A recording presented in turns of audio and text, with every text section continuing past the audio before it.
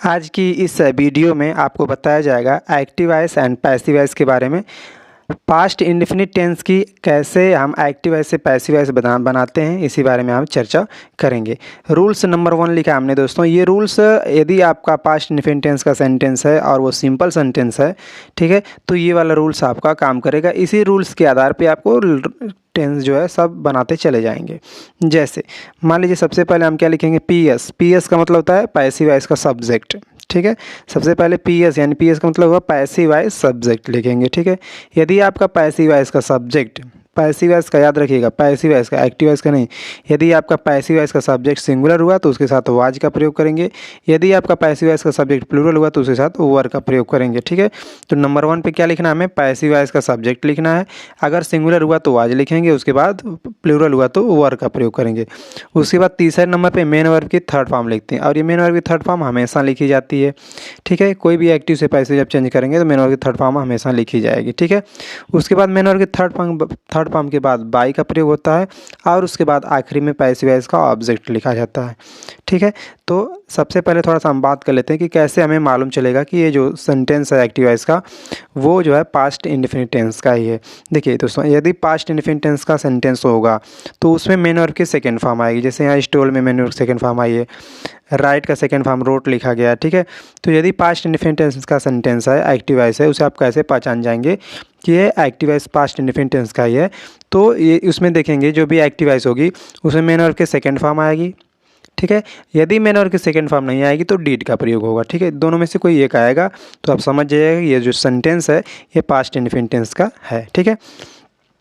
अब आइए हम बात करते हैं कि पास्ट इंडेफिनिट टेंस को एक्टिव वॉइस में से पैसिव वॉइस में कैसे हम बदलते हैं। देखिए दोस्तों, ये जो एक्टिव वॉइस दिया गया है पहला sentence, he stole my watch, इसमें ही आपका सब्जेक्ट है, आप जानते ही हैं, और माई वॉच क्या, माई बुक क्या है, ये आपका ऑब्जेक्ट है, ठीक है। और ये भी आप जानते हैं कि जब एक्टिव वॉइस से पैसिव वॉइस बनाते हैं तो जो सब्जेक्ट होता है उसे हम ऑब्जेक्ट की जगह रख देते हैं, और जो ऑब्जेक्ट होता है उसे हम सब्जेक्ट बना लेते हैं, ठीक है। और जो सब्जेक्ट बनाएंगे उसी के अनुसार हम वाज और वर का प्रयोग करते हैं, ठीक है। इसमें देखिए सब्जेक्ट आपका क्या है, ही है, ठीक है ना। इसमें सब्जेक्ट क्या दिया गया है, ही दिया गया है, और ही के बाद इसमें ऑब्जेक्ट क्या है, माई बुक है। ये एक्टिव वॉइस है, ठीक है। जब ही आपका सब्जेक्ट हो गया और माई बुक क्या है, ऑब्जेक्ट है, तो ऑब्जेक्ट जो है माई बुक आपका, वो हम सब्जेक्ट बनाएंगे पैसिव वॉइस में, ठीक है। तो माई बुक को यहाँ लाएंगे हम, आपका पैसिव वॉइस का सब्जेक्ट बन गया। अब माई बुक देखेंगे कि सिंगुलर फॉर्म है, जब माई बुक सिंगुलर तो इसके साथ क्या लिखेंगे, वाज का प्रयोग करेंगे, ठीक है। तो माई बुक वाज, ठीक है।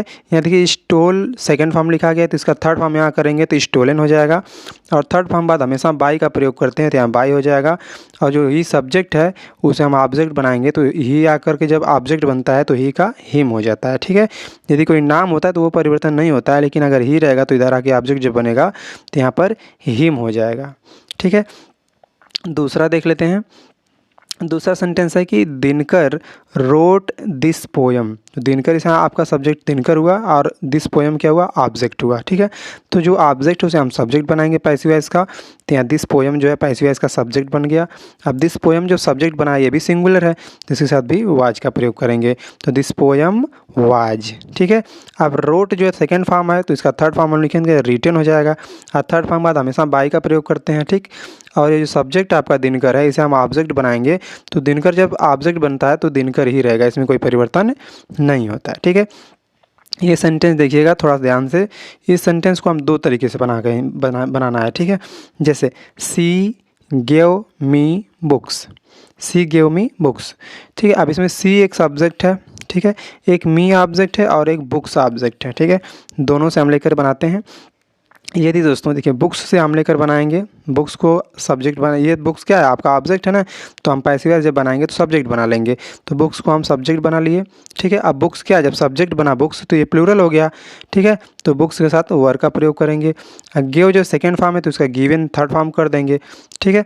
और थर्ड फॉर्म बाद हम बताएं कि आपको बाई लगाते हैं, लेकिन अगर दो ऑब्जेक्ट बनेगा, यहाँ मी भी ऑब्जेक्ट है, ठीक है। यहाँ मी भी एक ऑब्जेक्ट है और एक बुक भी ऑब्जेक्ट है। मी और बुक दोनों ऑब्जेक्ट है। जब दो ऑब्जेक्ट रहेंगे तो थर्ड फॉर्म बाद बाई नहीं लगाएंगे। थर्ड फॉर्म बाद जो है एक ऑब्जेक्ट बचा है मी, उसे हम लिख लेंगे यहाँ पे, उसके बाद हम बाई का प्रयोग करेंगे। और जो सी सब्जेक्ट है उसे हम ऑब्जेक्ट बनाएंगे तो सी का ऑब्जेक्ट आकर के इधर हर हो जाता है। बात समझ में आई? आप देखिए मी को ऑब्जेक्ट जो ऑब्जेक्ट मी है उसे हम सब्जेक्ट बनाएंगे। यहाँ पर एक बार इस तरह से भी बना सकते हैं। मी को जब सब्जेक्ट बनाएंगे तो आई हो जाएगा। आई सिंगुलर होता है, ठीक है, माना जाता है। तो आई के साथ क्या लगाएंगे? वाज लगाएंगे। तो आई वाज। गिव का सेकंड फॉर्म गिव है और इसका थर्ड फॉर्म गिवन है, तो गिवन लिख देंगे। और इसका दो, जब हम बताएं कि दो ऑब्जेक्ट जब रहेगा तो एक ऑब्जेक्ट और यहाँ पे लिख लेंगे, बुक्स हो जाएगा। बुक्स के बाद बाई लगाएंगे और फिर सी का इधर ला करके हर कर देंगे। तो आप इस एक्टिवाइज को दोनों तरीके से बना सकते हैं, किसी भी तरीके से, चाहे पहले वाले तरीके से या दूसरे वाले तरीके से, ठीक है। अगला देखिए, यदि आपका सेंटेंस निगेटिव हो जाता है, ठीक है, यदि आपका सेंटेंस जो है निगेटिव हो जाएगा, तब आप कैसे बनाएंगे? तब क्या करना है दोस्तों? वाज के बाद नाट लगाएंगे, वर के बाद नाट लगाएंगे, ठीक है। वाज वर के बाद नाट लगा देंगे, बाकी सब नियम उसी तरह होगा। जैसे the police did not catch the thief. अब इसमें द पुलिस आपका सब्जेक्ट बन गया है और ये द थिप जो है आपका ऑब्जेक्ट है, ठीक है। द थिप ऑब्जेक्ट को हम सब्जेक्ट बना लेंगे। यहाँ पे द थिप हो गया और द थिप क्या है? सिंगुलर हुआ तो उसके साथ वाज करेंगे प्रयोग। यहाँ पे देखिए द पुलिस सब्जेक्ट है, उसके बाद डिड लगा हुआ है। यहाँ जो पैसिव है इसका आप सब्जेक्ट है वो द थिप है और उसके साथ वाज लगाएंगे। डिड के बाद नाट है तो यहाँ वाज के बाद भी नाट होगा, ठीक है। कैच का थर्ड फॉर्म होता है काट लगाएंगे, काट के बाद बाई का प्रयोग होता है, ठीक है। थर्ड फॉर्म के बाद बाई। और जो द पुलिस जो आपका सब्जेक्ट बना हुआ है इसे हम ऑब्जेक्ट बनाएंगे तो द पुलिस ही हो जाएगा, ठीक है। किसी का नाम हो तो वो परिवर्तन नहीं होता है, द पुलिस भी परिवर्तन नहीं होता है। अगर ही यहाँ से होता है तो हिम हो जाता है, आई का मी हो जाता है। इस तरह से परिवर्तन होता रहता है, ठीक है। अब देखिए दोस्तों, हम बात कर लेते हैं कि अगर आपका एक्टिवाइज जो है WS से अगर स्टार्ट होगा, ठीक है, अगर आपका एक्टिवाइज WS से स्टार्ट होगा तो पैसिवाइज जो होगी वो भी WS से ही स्टार्ट होगी। जैसे इसमें देखिए एक्टिवाइज है कि why did Ram read a story, why did Ram read a story, ये एक्टिवाइज है। जब पैसिवाइज बनाएंगे तो जो WH यहाँ पर लिखा जाएगा, कोई भी WH होगा उसे हम पैसिवाइज में हम पहले उसे उतार लेंगे, ठीक है। यहाँ देखिए राम के अनुसार डिड लगा हुआ है, ठीक है, और राम क्या सब्जेक्ट है और ए स्टोरी ऑब्जेक्ट है, ठीक है। और आप जानते हैं कि जब पैसिवाइज बनाते हैं जो ऑब्जेक्ट होता है उसे हम सब्जेक्ट बनाते हैं, तो स्टोरी को हम सब्जेक्ट बनाएंगे तो यहाँ आ जाएगा, ठीक। अब स्टोरी सिंगुलर तो उसके साथ वाज प्रयोग करेंगे, WH लिखेंगे, फिर उसके बाद वाज वर्ग का प्रयोग करेंगे, ठीक है। तो वाज यहाँ लिखा गया क्योंकि यहाँ ए स्टोरी सिंगुलर है। अगर यहाँ प्लूरल हो जाता तो यहाँ वर्ग का प्रयोग कर देते, ठीक है। तो जब भी एक्टिव से पैसिव बनाएंगे तो एक्टिवाइज में यदि WH है तो WH सीधे सीधे हम उतार लेंगे यहाँ पे, ठीक है। उसके बाद हम उसका ऑब्जेक्ट जो होगा, ये ऑब्जेक्ट जो है उसे हम सब्जेक्ट बनाएंगे तो स्टोरी हो गया। अब ये सिंगुलर हुआ तो यहाँ तो पहले वाज का प्रयोग करेंगे। अगर यहाँ पे प्लूरल होता, ठीक है, स्टोरी की जगह तो यहाँ वेयर का प्रयोग कर देते, ठीक है, लेकिन यहाँ सिंगुलर है तो वाज का प्रयोग किए हैं, ठीक। इतना क्लियर हुआ। उसके बाद रीड का थर्ड फॉर्म रेडी होगा, थर्ड फॉर्म बाद बाई का प्रयोग होता है और राम जो सब्जेक्ट है उसे हम ऑब्जेक्ट बनाएंगे तो राम ही होगा, ठीक है। अगला देख लेते हैं। अगला सेंटेंस है कि how did you not sing songs. अब इसमें देखिए WH आया तो WH हम पहले सीधे सीधे उतार लेंगे पैसिवाइज में भी।